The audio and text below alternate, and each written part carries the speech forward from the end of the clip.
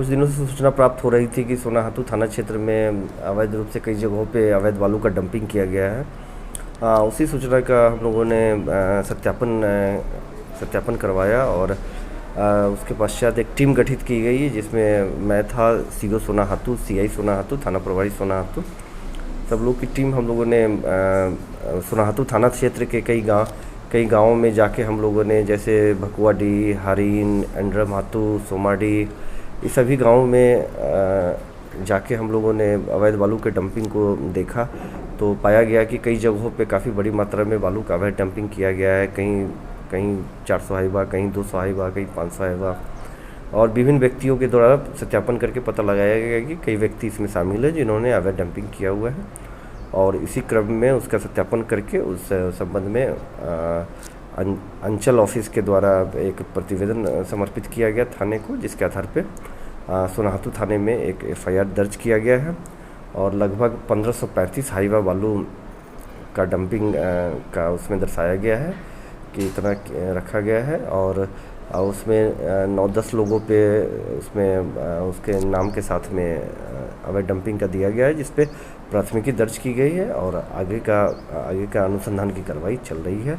अभी सरकार के आदेश के अनुसार एनजीटी का भी आदेश लागू है, जिसमें कि 15 अक्टूबर तक कोई भी किसी भी नदी से बालू का उत्खनन नहीं किया जाएगा और उसका परिवहन नहीं किया जाएगा। और इस क्षेत्र में पहले भी बुंडू अनुमंडल क्षेत्र में, बुंडू में और कई जगहों पे दसम फॉल थाना क्षेत्र में लगातार अभियान चलाया गया है, कई गाड़ियाँ पकड़ी गई है और अवैध बालू का डंपिंग भी बुढ़ाडी बुंडू के क्षेत्र में वहाँ भी प्राथमिकी दर्ज की गई है 3 आदमी पे।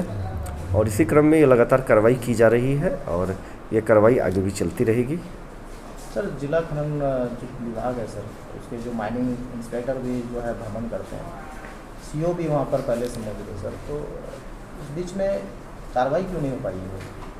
नहीं, कार्रवाई लगातार हुई है। आप देखेंगे कि बुंडू में भी माइनिंग डिपार्टमेंट के द्वारा पूर्व में भी कई जगहों पे कार्रवाई की गई है। सोनाहातू क्षेत्र में भी हम लोग बस प्राथमिकी थाने में दर्ज की गई है, वहाँ कार्रवाई करके कई गाड़ियों पे और डंप पे और जेसीबी इत्यादि का खनन विभाग के द्वारा एफआईआर वहाँ दर्ज किया गया। साथ ही मेरा जब से पदस्थापन हुआ है, हम लोगों ने बुंडू क्षेत्र में, तमार थाना क्षेत्र में, दसम फॉल, सोनाहातू सभी थाना क्षेत्र में कई गाड़ियों को, वाहनों को हम लोगों ने पकड़ा है। अवैध डंपिंग को भी पूर्व में केस किया गया है।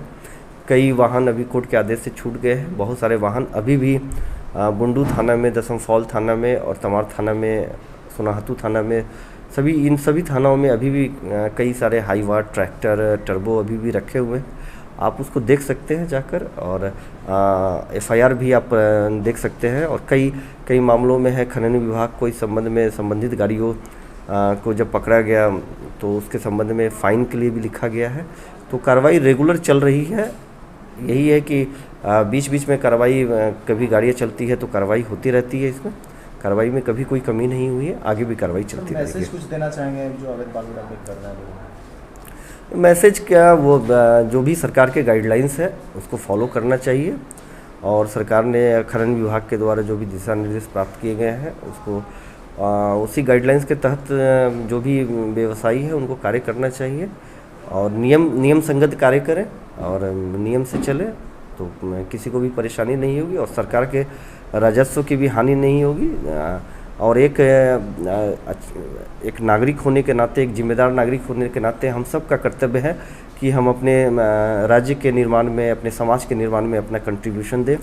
उसमें बहुत बड़े बड़े बिजनेसमैन होते हैं जो अपने कमाई का बहुत सारा share CSR, corporate social responsibility में वो शेयर करते हैं, देते हैं। उसी प्रकार से हमारा कम से कम इतना दायित्व होना चाहिए कि हम नियम संगत कार्य करें, राजस्व की चोरी न करें, सरकार के जो गाइडलाइंस है उसका पालन करें और टैक्स में बढ़ोतरी होगी तभी तो हमारे गरीब लोगों को भी उसका लाभ जाएगा और हमारा राज्य, हमारा समाज आगे बढ़ेगा।